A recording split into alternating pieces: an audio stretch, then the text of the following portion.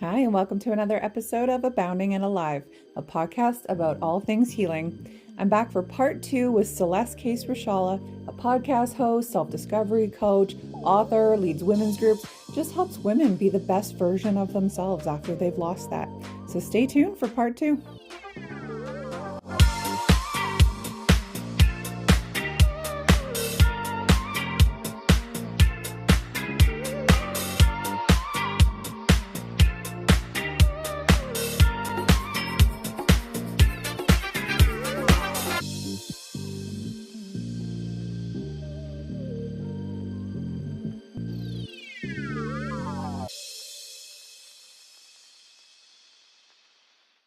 Hello, everybody. Welcome back to Abounding and Alive. My name is Becky, and I'm here for another week with Celeste Case Rashala.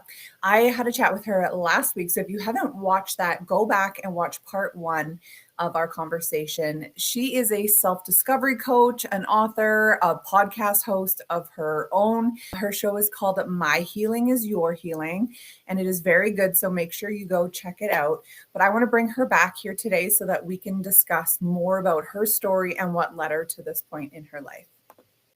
Hi. Hello. Thanks for having me Yeah, back. welcome back. I'm really excited that we get to do this again. Me too.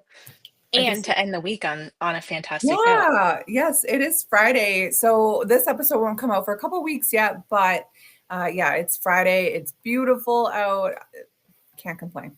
So the reason I wanted you back is number one, we had such a great conversation last week. Secondly, I just think your story is so inspiring, and I know that it's going to resonate with a lot of women out there, myself included, my friend included. I did talk to my friend today, and I told her all about you, and she was like, "I cannot wait to hear this podcast." Like, yes. So I knew that your story would resonate for a lot of women, not just women our age, but a lot of women going through anything. I hope so. I mean, it's scary to think that you're going through things alone, Yeah. but that's the perception that we have when Mhm. that's all that you see because Instagram does not show us the sad sides Struggling of life. folks. Yes. Yeah. And so when you're looking at everybody else's life or even just wandering around town, you don't see that side until you have Mhm. those conversations with people. And then you find that a lot of people are actually dealing with that, including the people who have really perfect on paper or perfect on socials life. You Yeah. find that a lot of them are really going through very similar stories. We had talked last week about you walking down the aisle. Like, this story blows me away. Like, for anybody who is just tuning in for the first time, fill us in again about, kind of what led you to that point and then what happened afterward. Absolutely. I was 2 weeks before my wedding, and I was talking to a colleague at a conference, and basically, he was like, "Hey, Celeste, do you ever feel seen?" And I was like, "Wait, what kind of question is this?" And it, like, smacked me like a ton of bricks, Mhm. and I started to cry on the Las Vegas Strip. Oh my. And he's like, "Oh my god, are you okay?" And I'm like, "Yeah, I'm fine. I just now don't know if I should get married or not because I don't know who I am." And fast forward 2 weeks later, I've had a few conversations with my fiancé, and I felt obligated to walk down the Yeah, of aisle because course. everybody was coming to my Mhm. house.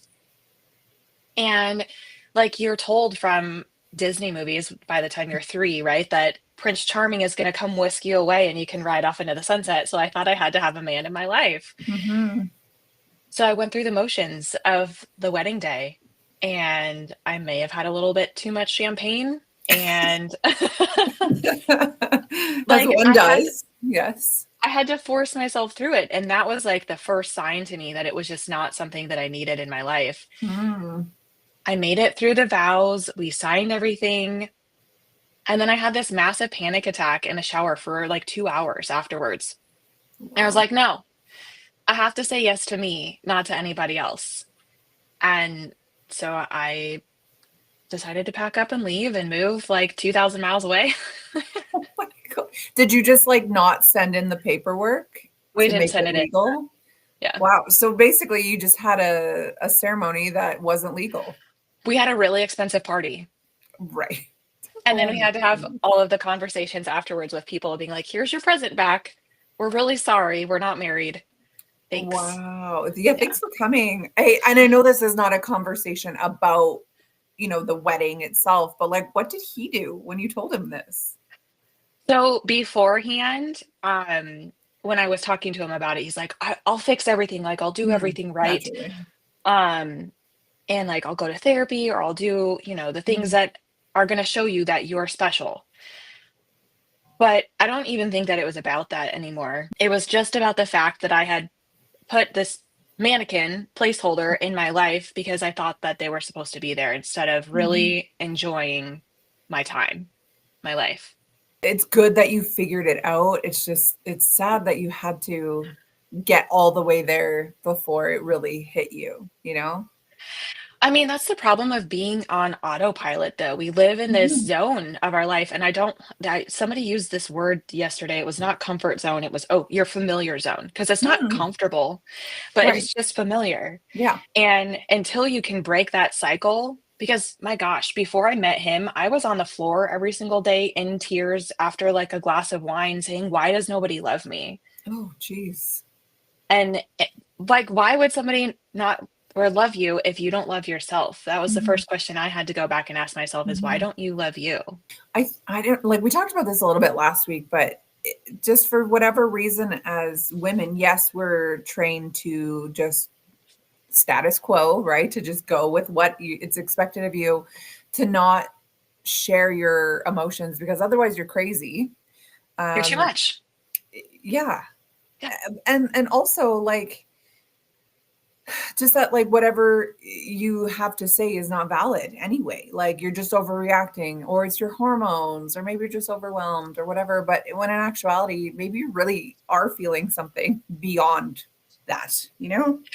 I mean, all of your feelings are valid. And a lot of the times we're told to silence those feelings. And so we get to a point where we don't cry anymore. Or, Mhm. we don't get mad and we don't express our anger. And so it's just all Mhm. bottled up and it sucks. That was my panic attack, I think, was just everything that I had ever held in exploding. I mean, as someone who only recently started getting panic attacks, it's just interesting where they show up and Oh why, my god. and like how debilitating it can be. I always heard people having panic attacks before, you see on TV, they've got a brown bag and they're like in it. And I'm like, what are we, like, just go about your day. That's so weird. And then, after cancer, I started to panic a little bit. And unbeknownst to me, I had no idea what was happening. I thought I was having heart attacks, but they would just hit me at the most random moments, even when I wasn't feeling stressed out. But I am noticing now more, they're starting to come at nighttime when I've been asleep and then I wake up. It's almost like I'm in this dream state and then this panic sets in. So now I feel really bad for ever judging anyone going through that, right? Because now that I've My been through it. gosh. Yeah, it's never fun, and it's, like, not pretty either, right? Like, mine was just, like the amount of makeup that was caked on my face that day and, like, the fake eyelashes, and I don't even know how many bobby pins probably got stuck Oh down the yeah. drain. Like Right. My gosh, I can just imagine like your face when you got out because like I did wedding makeup for 10 years for people. So I know how heavy duty waterproof that stuff is. And I can just imagine you sitting there crying and it just like pouring down oh, your poor yeah, little face. yeah. Oh my goodness. Okay, so then you moved 2,000 miles away and then what? So, when I lived in Phoenix, I realized that because I didn't know who I was, Mhm. all of the other friendships that I had were transactional or, like, Mm, superficial, right? And so when I walked away, I recognized, hey, I don't have any friends. Nobody knows who I am. And so I had to start from scratch when I moved. And I remember this woman who was one of my friends in Phoenix, and she's like, don't leave. And I was like, why? And she goes, your problems will follow you. And I was like, yeah, yeah, whatever. I don't have any problems. right. Yeah. I'm fine. I just called off this wedding for no reason Yeah. after because I have zero problems. You're right. Exactly. And so I moved and I'm like, I'm totally fine. I'm just going to Yeah. go and find all of these groups and try all of these things that I've never tried before because I used to do Ironmans Oh wow. and I wasn't sure if I had chosen Ironmans and triathlon because I was dating him or because it was something I was actually passionate about. Ooh, interesting. right? And so I started picking these things off of a list like salsa dancing and aikido and swing dancing and just like all of this random stuff like acro yoga. And I'm like, Mhm. okay, does Celeste like this? Yes, no. And yeah, it was kind of fun just exploring. Just to rediscover yourself. Yeah, be curious and like do the things that you haven't allowed yourself to do in years, like laying out in the grass and watching the clouds, right? Right. It almost sounds like you were a bit of a chameleon in your younger years. Oh my Like gosh, yeah, you didn't people have your own pleaser. story. People just made a story for you and you blended in. So my parents were professors, and basically, I was told you have to get straight A's and Mm. go to college and then get a master's and then get a doctorate because everybody in my family had one, right? It was just kind of the rule. And so it was pleasing people to make sure that I was still accepted. And that's what I Mm. learned forever. Like Yeah. you just had this really high pedestal to try to get onto, which I mean, kind of, I'm sure looking back, you realize how uh, dangerous that is or how almost toxic that is, and no slight against your family by any means, they No. just had high expectations for you. But I think a lot of parents do this to their kids or families or even partners do this to their other partner, that they have this expectation for them and it feels impossible to even reach it, whether that was like modeled behavior, something they saw in their own childhood or whatever. But then it's like the partner can't, or the child can't reach that mountaintop basically, and then it like it's a whole other can of worms, like self-esteem, self-worth, and like you were saying, you were literally laying on the floor crying that no one loved you. Like I wonder if that had anything to do with it, just not feeling good enough. Oh, absolutely. Like you compare yourself to everyone around you, right? And the funny thing is I don't know if I mentioned this last time, but I think that my life is completely normal. Like I'm Mhm. just an average human being. And my friend, he likes to nudge me and kind of laugh at me because he's like, Celeste, you are entirely not normal. Like you have a doctorate in clarinet performance. You've run like 4 marathons and 10 Ironmans and like all of this stuff. And he's like, "You are not normal." And I'm like, "Wait, excuse me?" And like, so you look at your life and you're like, "This is subpar. Like everyone else is better than me." Mhm. Um, Meanwhile, how many people have a doctorate or have run an Ironman? I'm lucky to just drag my butt to the gym once a week. yeah, Meanwhile, like you even train one of for those Ironman. things, Yes, right? exactly. I never finished university. I got pregnant and had children and never finished. So, like, that's the fact that you put yourself through all of that and got a doctorate and then still had time to train and do all the things and find a partner and self-explore and take all these classes. I'm like, girl, how do you do it? Tetris, Tetris Right. calendar. Yes. But that's how you get burnt out. Yes. So Very, very it's really true. interesting. One of my so I host women's groups. Yeah. It's one of the things that I did, and I created a book that basically, if you ever want to create one yourself, it walks you through the steps. It gives you like all of these different prompts that you can use. And one of my Mhm. favorite ones is redefining success. And the concept is that we bring up at the very beginning is as a child, you sit at the dining room table with your family, and your family basically tells you what success looks like, whether it's money Mhm. or, in my case, degrees, right? Yeah. Um, and you're like, it gets ingrained in your head from childhood. So those are the things that you aspire to until you either hit the breaking point where you're like, this isn't my life. I can't live like this Yeah. anymore. I need something else. Or you start evaluating as time goes on and your values change. I'm trying to think of what my family might have ingrained in me to what success looks like. I mean, obviously, I graduated in 2004, so it was like all the rage to go to university. Hmm. And plus, well, I'm Canadian. I feel like it's not as pushed as it is in America. Like you watch an American high school show, they are pushing for colleges. That's like the thing. I don't It's feel just what like you it do. is, at least not where I am, because it's big into trades and construction and stuff like that here.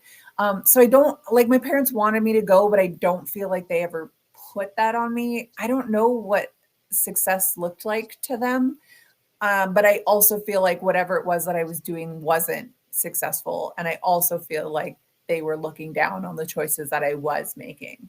Even though it wasn't clear what success was, I still felt like I wasn't good enough for what their expectations were. It was weird. Those unspoken rules, and you Yeah. never feel like you have lived up to it. Yeah. Yeah. Like I remember having this conversation once with my dad. In high school, I loved doing hair. I was in cosmetology, would always color my hair. I always had a new hair color. Always, always, always. And I remember saying, right around graduation or a little after, I want to go to hair school. And he was like, set your sights higher. And I was like, okay, I guess I should plan to be something else, and never figured out what that was. And then years later, I remember him saying to me, how come you never became a hairdresser? You're so good at it. And I was like, sir, are you kidding me? And I brought this up, 20 years out of school. And he's like, I never said that. Trust me, you did. And I remember it vividly. And this is why I never went to hair school. But, It's looking back, I don't think I would have enjoyed that career. But how do I know unless I had lived it? exactly. But when we're that old, we don't even know what it is that we want, let alone Mm. like how to function in the world. Yes. Um, I can't believe they make us pick right when we're 18 what we want to do for the It's rest of our life. crazy. Okay, so when my girls were actually not even my girls, when my first daughter was born, I needed to go back to work around she was 9-ish months, and I got a nanny from Switzerland, an au pair.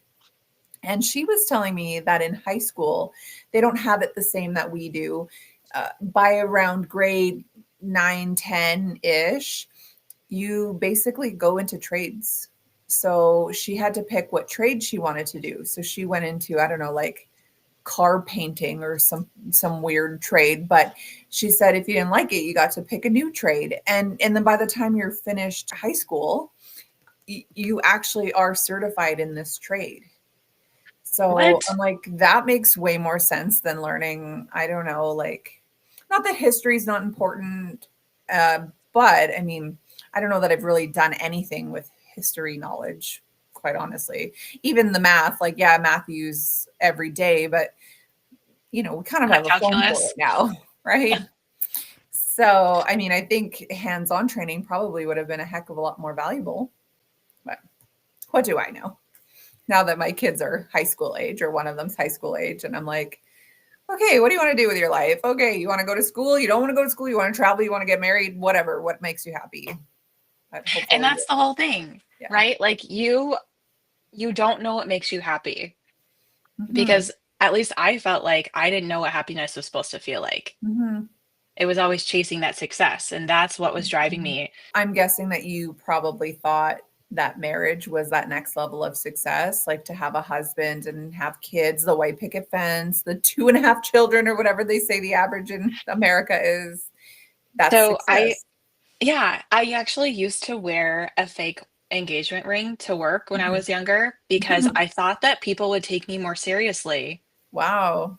Yeah, like that there was something wrong with me because I wasn't held by someone else enough to like have me be a long-term asset in their life, right? Mhm. And it was That's crazy that that was even a wild. thought, right? Yeah. It seems like you had all these like preconceived ideas of who you should be, that you really have to break out of it. And quite honestly, like the cognitive dissonance that surrounds most people and their narrative, like they don't ever get out of that. So the fact that you got out of that matrix is amazing. Because really, like, not a lot of people do. They just keep running in this hamster wheel, whatever it's called, of like still trying to go after the same things, not realizing Mhm. that they can actually define everything else themselves.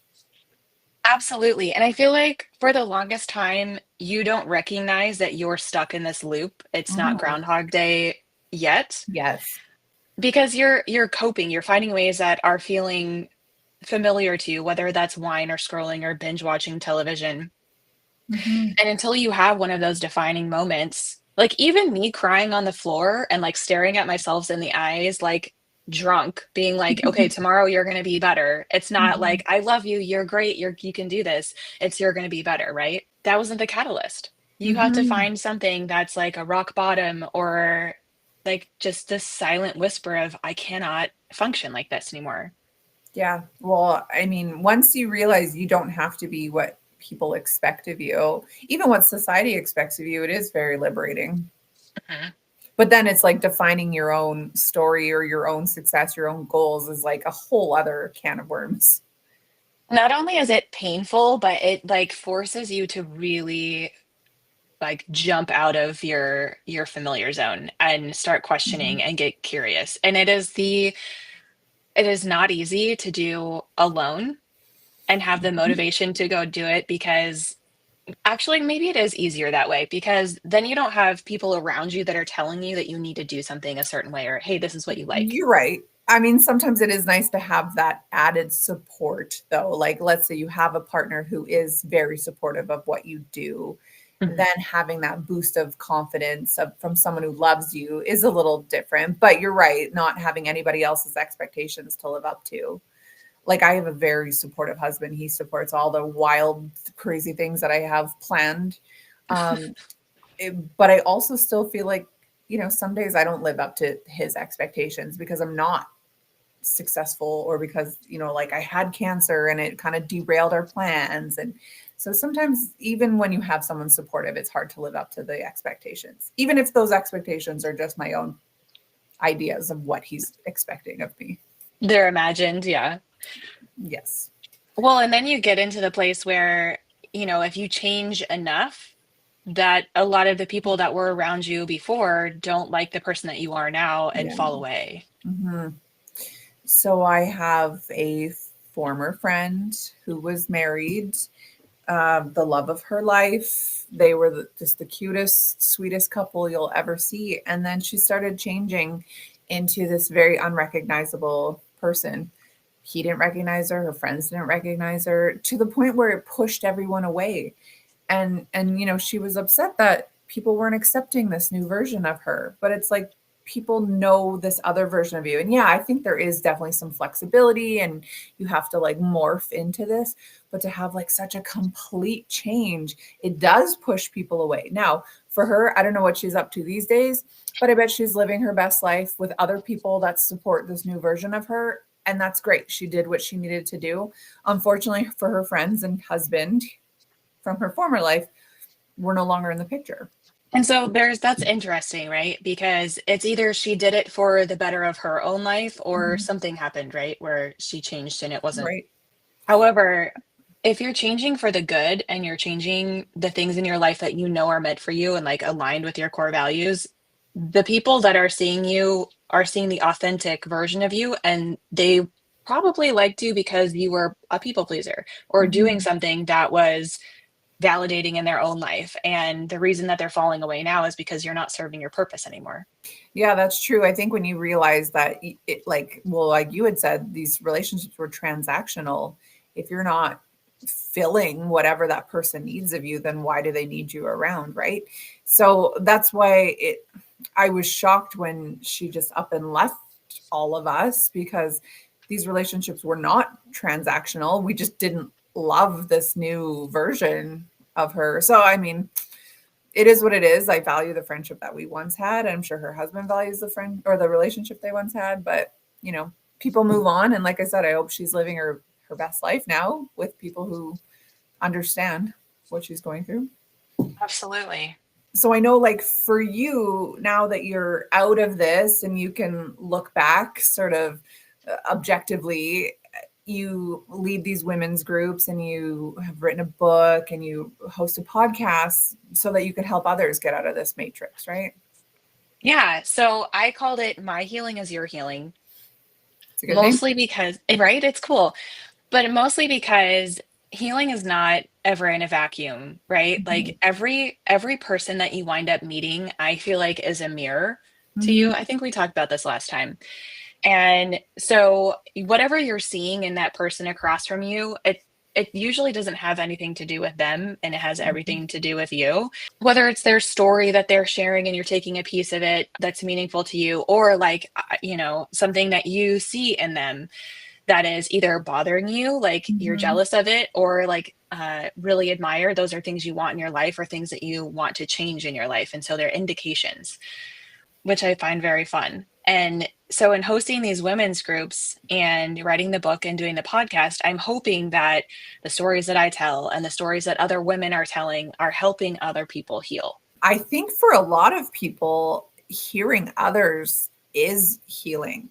Because I've got friends who, will not go see a counselor, therapist, coach, whatever, but do go to their friends just to talk and get it out. And sometimes even just talking and getting it out is helpful. And then sometimes hearing, you're not alone in this. This is how I reacted to the situation when I went through it, is also very healing to them. Yeah. And there's always something that you can learn by evaluating it in a different way or getting it out of your mouth, and you'll see it from a different light, or at least somebody else will see it from a different perspective and be able to give you some kind of feedback. So these groups that you host then, are they online? Are they in person? Right now they're in person, Hmm. but I'm really hoping to make it online because I feel like so many women can benefit from it. Each time that I do a group, so each time it's a different topic, and it's a Cool. topic from the book usually, or, suggestions from people. So we've done like redefining success, unpacking self-worth, the art of gracefully aging, Hmm. um, you name it, we got it. I And like that. yeah, and like we get to kind of explore like, how did you learn this thing? What are you holding right now in this space? Like, where did it come from? What did you learn from your childhood? And everybody just kind of shares and talks, and it's incredible. I bet. And I think lots of people don't realize, like, number one, how different everyone's story is, but also how similar everybody's stories are. It's like such a interesting, I don't know, mosaic of, or even like this juxtaposition of like, it's different, but it is the same for people, right? Like, even if their situations are different, you can still relate to that. Exactly. Like if you think about it in terms of colors, right? Like we all have the same palette. We all have the Mhm. same like red, yellow, green, blue, whatever. Yes. Think of them like feelings. Everybody, you might not see the colors exactly the same, just like you might have all of the same feelings that everybody Mhm. does and all of the same memories that you've walked through in life. They just maybe colored or felt a little differently, but Mhm. we're all humans. I get this a lot since being sick. People will bring me their problems just because everyone's always just come to me with their problems. And then they go, "Oh, I shouldn't be putting this on you. I know my problems are nothing like what you went through." And then I'm like, it's still trauma. It's completely subjective, right? Like, it has nothing to do with what I went through. If it's something that's affecting you, it's worthwhile. I think people also forget that unless they had like something absolutely horrendous happen to them, they're the small things that are making them feel a certain way, like those are valid and important things to discuss as well. I absolutely agree. And that's very interesting that people like do like say that and then have to preface it saying like, I know that this isn't a big deal, but Mhm. life is challenging. And Mhm. we're not handed this like manual on the day that we turn 18 and it's like, okay, go to page 53 and learn how to do this, right? Yeah, right. Like dealing with adversity. Oh, perfect. I'm supposed to do that. Getting married. I'm supposed to do that. Yes. Yeah, here's all the terrible things you're going to find in online dating. Like just The Tinder chapter. Yes. And so people treat them like they're not big deals, and Yeah, people are afraid they to are. reach out to their friends and have these Mhm. conversations where it's like, I'm hurting and I need somebody to talk to. Please come over. When I would make dumb choices, I would keep it to myself for fear of judgment from my friends and for fear of just them calling me out on something I already knew was dumb. And so I would hold on to it. And so, even more recently, within this past year, I had a very candid conversation with some of my closest friends about stupid behavior I've had in the past. And they're like, "How have you been holding on to that for all these years?" And I'm like, I didn't want the judgment. Like, Oh, I knew you were going to tell me I was dumb. I probably should have heard that I was dumb in that moment, but I didn't want it. that's the funny thing. And this is something that I bring up in my podcast. So like any one of these concepts, this is your inner critic, right? Mhm. And you're really you are never going to have anybody speak as meanly or judge Mhm. you as harshly as you do to yourself, right? Right. But when you are afraid of speaking it out loud, you're afraid that your thoughts are going to be validated by someone else. I Yeah. know even like in that moment of telling my friends the stupid things I've done, it was like, maybe there was some disappointment there, but they certainly never made me feel bad for it. And in a way, they also like helped me understand like where my head was at to make decisions like that. And instead of just feeling like I was going to be totally attacked by them, I felt very supported. And I really needed that. And maybe it would have been like that years ago if I had just shared, and maybe it wouldn't have. I don't know. But it felt really good to get it out in the open. That's for sure. The one thing that I love about that is in your ability to be vulnerable and authentic, you are allowing other people to go after you Hmm. and speak their truth too. Hmm. It took a lot of years for me to allow people in to that way. I'm not like a super vulnerable person. If I am emotional, well, that's a sign of me being crazy, and I don't like to show that. And why show weakness?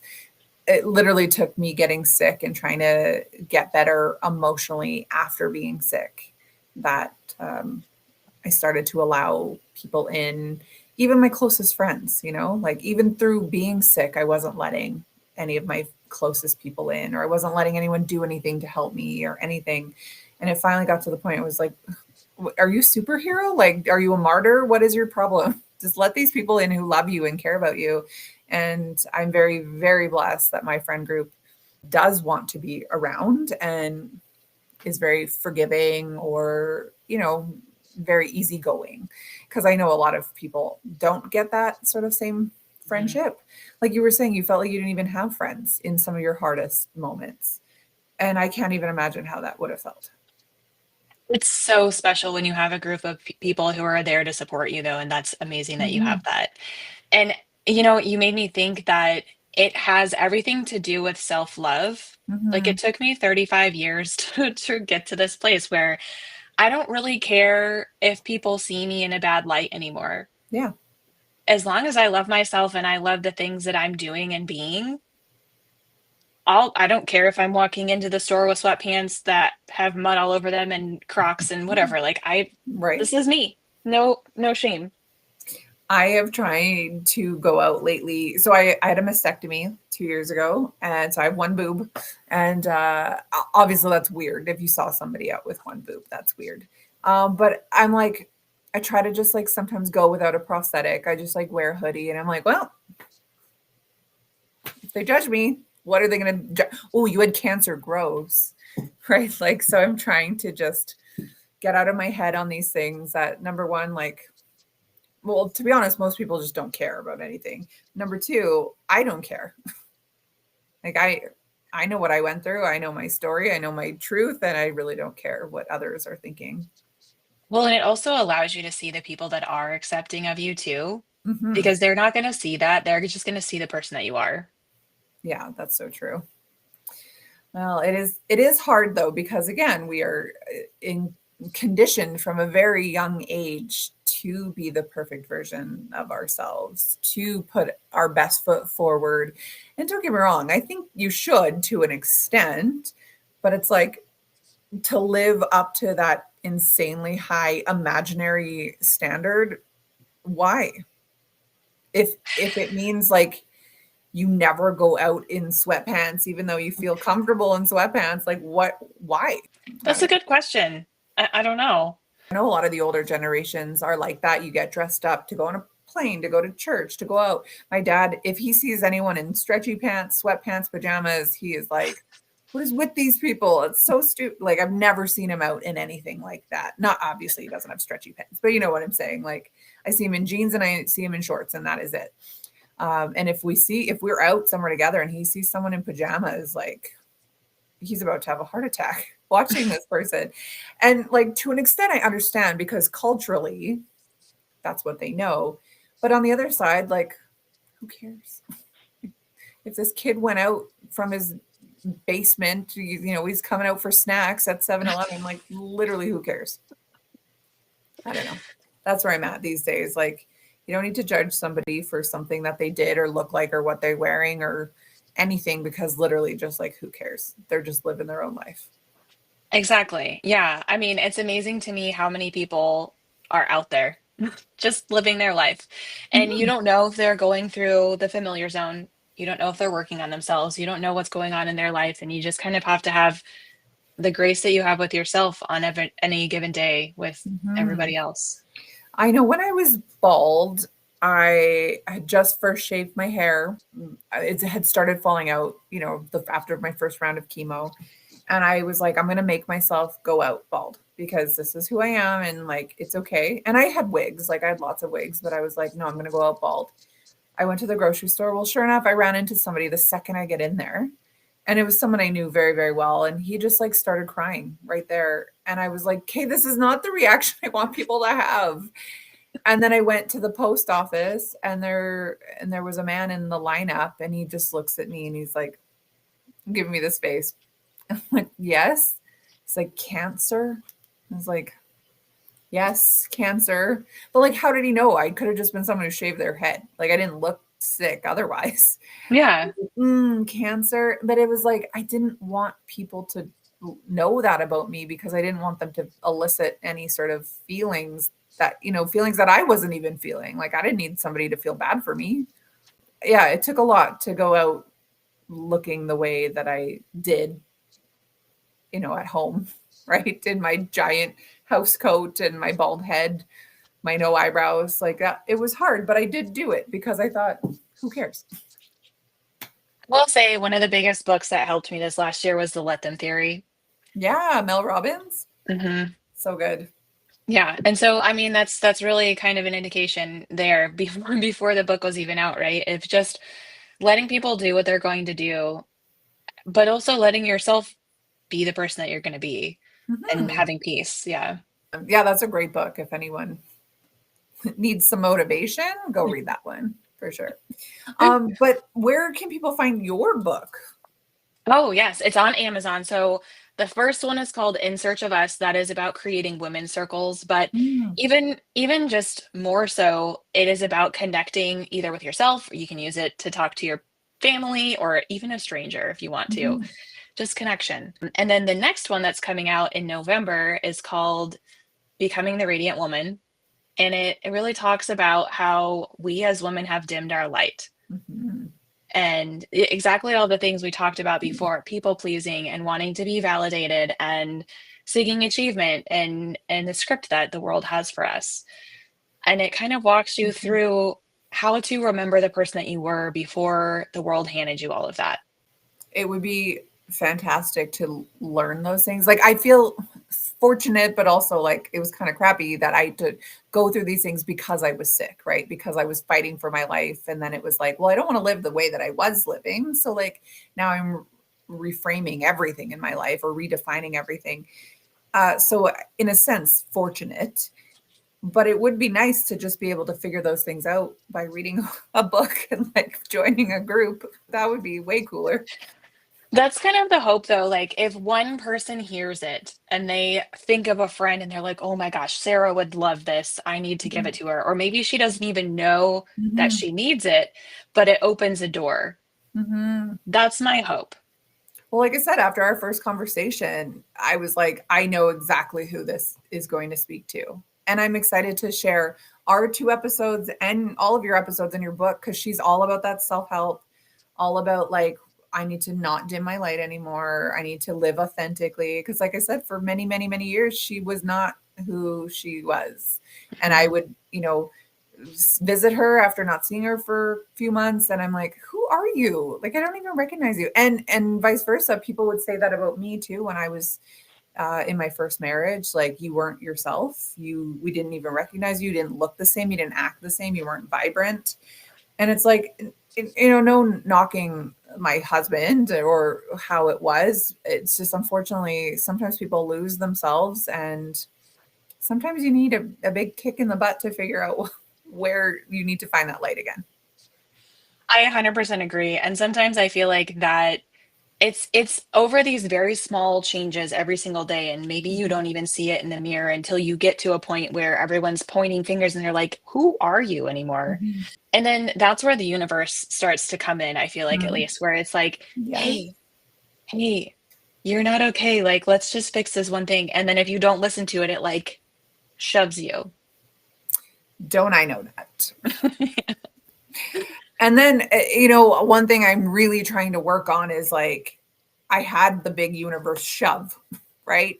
And it was like me falling back into old habits. And then I'm like, what are you doing? You have this second chance to redo everything, like to redefine, to live better. And so, you know, every day is an ongoing battle. I try not to beat myself up about anything, but Mhm. yeah, just being able to see what I want out of life now, because I had no idea. And the other thing too, a side note, like part of being sick also is that, at least for me, is that a lot of my joy was sucked out of me. And it was like, how do I know what success looks like? I just want to be alive. Like, I don't know. And then after I was better, then it was like, well, I went through this. Like, what joy do I have?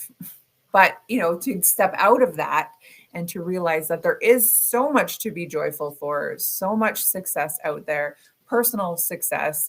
Like, you know, success for me is that I'm alive, that I beat cancer. Like, that's a huge one for me. And so maybe I don't have a doctorate, you know, maybe I'm not in the body that I once had, but like, man, I'm alive. So, It's all in the mindset, you yes. know.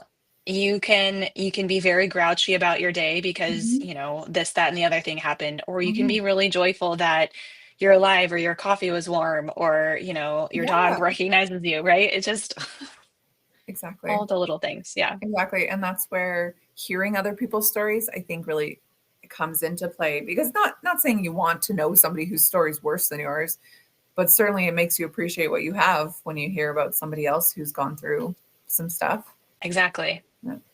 Well, I love everything that you're doing. I think it's so amazing. You are very inspiring, and I think really everything that you are talking about can resonate with so many women. Thank you. So where can people find you? I know on Amazon you told your books, but where else can they find you? So my website is myhealingisyourhealing.com. You can find me on Instagram, My Healing Your Healing. It's got a bunch of cutesy little videos and little carousels of things you can read. And then the podcast is My Healing Is Your Healing. It's on YouTube, Spotify, Apple, anywhere you get your podcasts. Perfect. And what kind of guests do you have on there, by the way?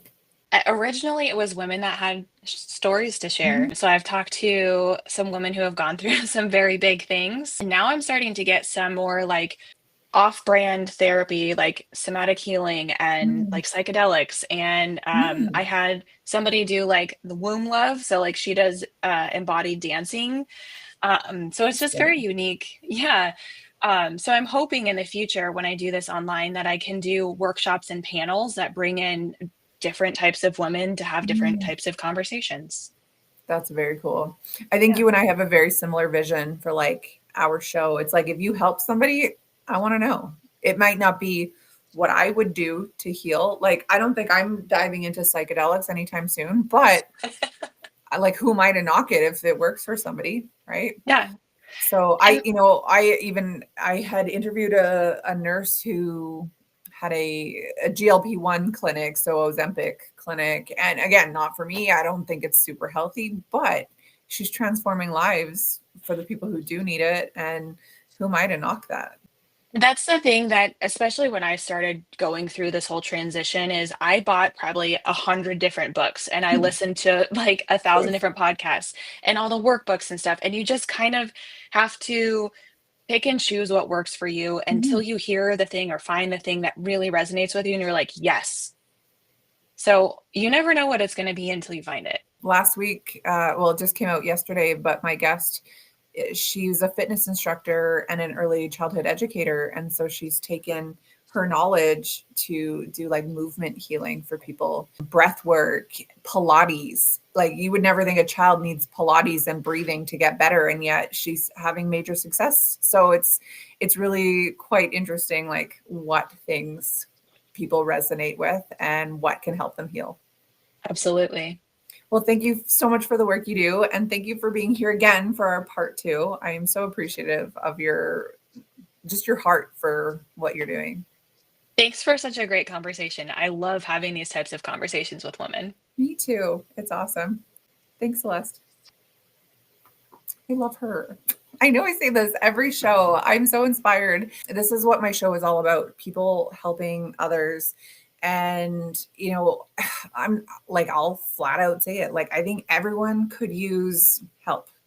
We've all been through stuff, trauma, big T trauma, little T trauma, whatever it is. We could all use somebody to talk to, someone to support us, someone to love us through it. I don't know. I think sometimes women are kind of a forgotten demographic. So please check out her show, My Healing is Your Healing, on all of everywhere, anywhere that you can find podcasts. And of course, on her website, myhealingisyourhealing.com.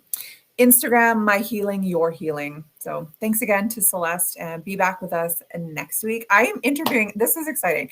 So I'm considering going on a missions trip to Uganda in the spring, well, winter, spring. And I'm going to interview the lady who runs it. She has a ministry called Love Made Away Ministries. And I'm very, very excited to talk with her about how she's helping people, her heart for the people of Uganda, how she, goes back and forth all the time there. So I'm very, very thrilled to have her on my show. So stay tuned next week for my interview with Kira. Bye, everybody.